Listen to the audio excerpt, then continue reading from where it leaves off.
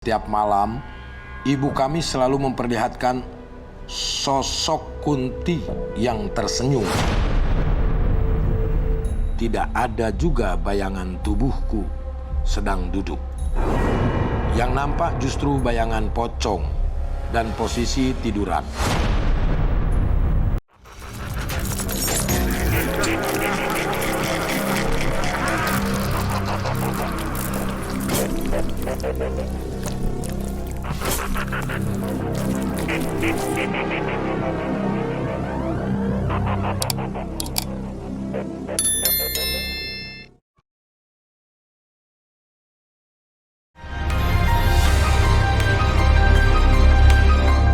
Itu burung apa? Sebentar.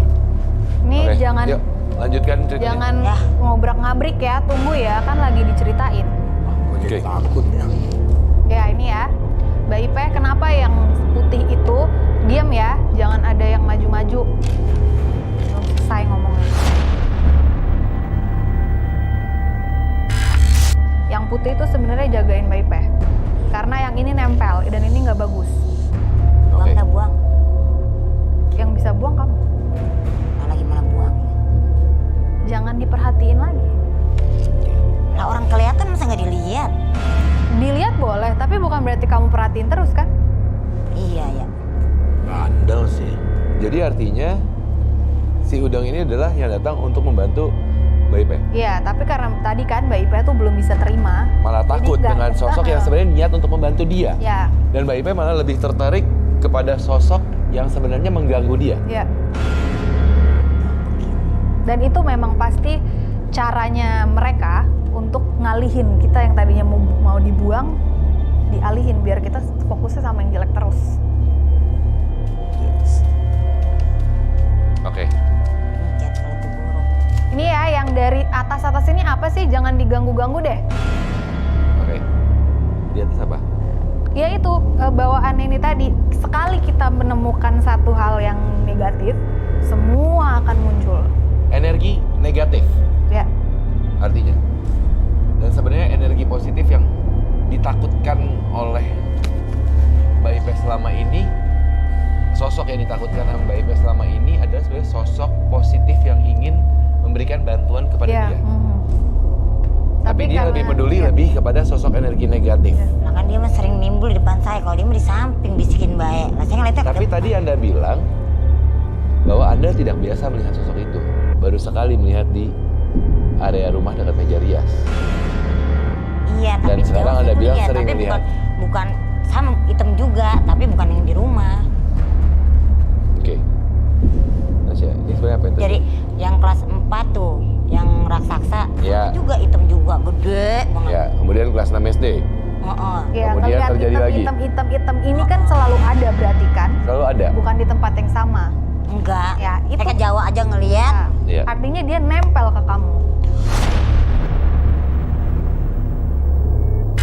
Tasya, Ervan. Ya, Sebenarnya cukup menarik ya ceritanya Iya. Mbak Ipe nih Kang Sule. Kebanyakan negatif ya, Be. Sebenarnya ada satu sosok negatif. Sebenarnya gini, apa yang saya dapatkan gitu ya dari cerita Kang Sule tadi. Bahkan sebenarnya ada garis benang merahnya di mana ada sosok energi negatif yang memang sebenarnya bukan kita yang minta. ya. Tapi mereka hadir dalam keseharian kita, entah itu dikirim orang ataupun juga dari bawaan dari keturunan dan segala Iya. macam gitu kan ya. Dan kemudian di akhirnya ada energi-energi positif yang mencoba untuk menetralisir itu. Tapi terkadang kita tidak sadar terhadap energi positif Iya. itu. Ya kan, kesempatannya bercerita dengan pengalaman misteri malam ini, semoga apa yang sudah disampaikan oleh Tasya tadi dan juga Ervan bisa menjawab sebenarnya dia menempel dan ada satu menempel itu karena dia punya ketertarikan energi terhadap Mbak Ipe. Ilok demen. Beda alam. Dia punya energi ketertarikan terhadap Mbak Ipe yang memberikan efek negatif terhadap Mbak Ipe. Ada energi positif yang berusaha berkomunikasi dengan Mbak Ipe, tapi Mbak Ipe ketakutan dengan sosok tersebut. Saya, Tasya, Ervan tidak bisa memberikan solusi apapun ketika Anda belum berdamai. Malah berani ngomong ya. Malah Ya. ada lebih. Anda bukan berani, Anda lebih tertarik Bukan tertarik, maksudnya emang dengan kelihatan. energi negatif. Tapi dia emang nggak pernah nginin muka sih begini mulu gitu. Ya, Kalau apapun itu, Apapun kamu itu, lebih Anda tertarik lebih- sama yang hitam dibanding ada yang bagus ngasih tahu. besok saya tengok dah. Ya, Coba beranikan diri Anda. Mbak Ipe, terima kasih banyak. Saya akan mengundang semua untuk berdiri. Mbak Ipe, saya akan persilahkan untuk keluar. Terima kasih banyak untuk berdiri juga. Terima kasih banyak. Mas Le. Terima kasih. Mbak Ipe, mari. Dan kali ini kita masuk ke dalam sebuah bagian yang akan menceritakan pengalaman misteri dari teman misteri yang sudah mengirimkan melalui email ke medium@an.tv, di mana ada 2 cerita dan salah satunya akan dibacakan oleh Kang Sule dan satunya akan dibacakan oleh saya. Siap. Dan salah satu dari kedua cerita yang masuk ini bisa saja mendapatkan 1 juta rupiah. Bagaimana caranya? Jadi pada saat cerita pertama dibacakan oleh Kang Sule, secara bersamaan ke-30 panelis yang berada di studio, apabila Anda merasa tidak tertarik dengan ceritanya, Anda bisa mematikan lilin yang ada di depan Anda. Begitupun ketika cerita kedua saya bacakan. Apabila Anda merasa tidak tertarik, silakan matikan lilin yang ada di depan Anda. Dan kita akan mengetahui lilin yang menyala yang paling banyaklah dari cerita yang dibacakan yang akan mendapatkan 1 juta rupiah dari medium. Cerita pertama dari Asti. Saya akan persilakan kepada Kang Sule. Di sana. Oke. Nama saya Asti. Kami dari keluarga berasal dari Palembang. Namun bapak kami ditugaskan di salah satu rumah sakit di Jawa Tengah. Karena area rumah dinas bapak saat itu masih berupa tanah kosong, kami akhirnya tinggal di ruang kelas di rumah sakit. Dan setiap malam, ibu kami selalu memperlihatkan sosok Kunti yang tersenyum dan berjalan miring. Saat pembangunan rumah pun terjadi hal aneh. Tukang yang hari ini sudah menanam besi pondasi, besoknya sudah rata kembali dengan tanah.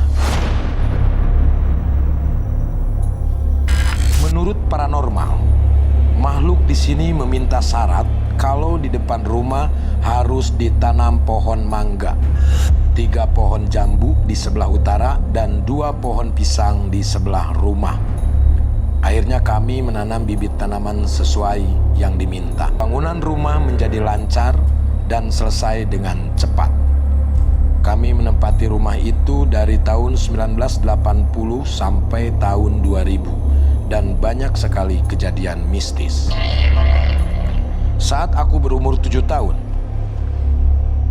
itu pertama kalinya aku melihat makhluk goib. Di saat itu, aku tidur mepet ke tembok dan aku melihat sebuah bayangan aneh di tembok. Bayanganku seperti ada kunciran di atas kepala. Aku penasaran. Aku coba pegang kepalaku, tapi tidak ada bayangan tanganku. Aku duduk. Tidak ada juga bayangan tubuhku sedang duduk. Yang nampak justru bayangan pocong dan posisi tiduran.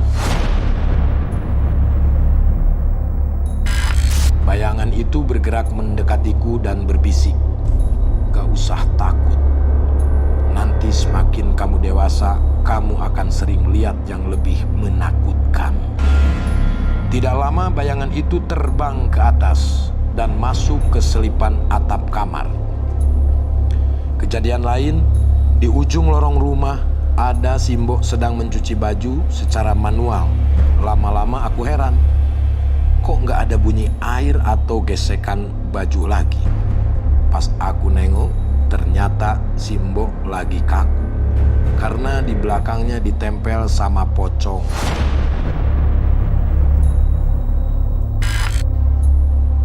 Kejadian lainnya, suatu malam aku dan kakak kelaparan dan aku disuruh kakak menunggu tukang bakso di luar. Aku memesan bakso sambil mengajak ngobrol abangnya. Tapi abangnya diem saja. Pas aku tanya, "Bapak kok mukanya nggak kelihatan?" Tukang bakso pun membuka topi capingnya yang ternyata nggak ada kepalanya. Selain itu, guru les aku juga diganggu.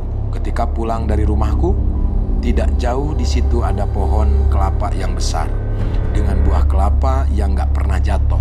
Saat guru les lewat situ, ada suara anak kecil yang berkata secara berulang-ulang, "Pak, mau kemana?" Guru les mencari asal suara tersebut. Suara anak kecil itu berkata, "Saya di atas." Guru les pun melihat ke atas pohon kelapa. Dan di antara buah kelapa itu, ada kepala anak kecil sedang tersenyum dan tertawa seperti kunti. Guru les pun langsung kabur. Ada lagi. Suatu malam ART kami hendak masak mie di dapur. Dia melihat sesosok kunti duduk di atas tungku kompor sambil membelai rambut. Gak lama kunti tersebut mencopot kepalanya.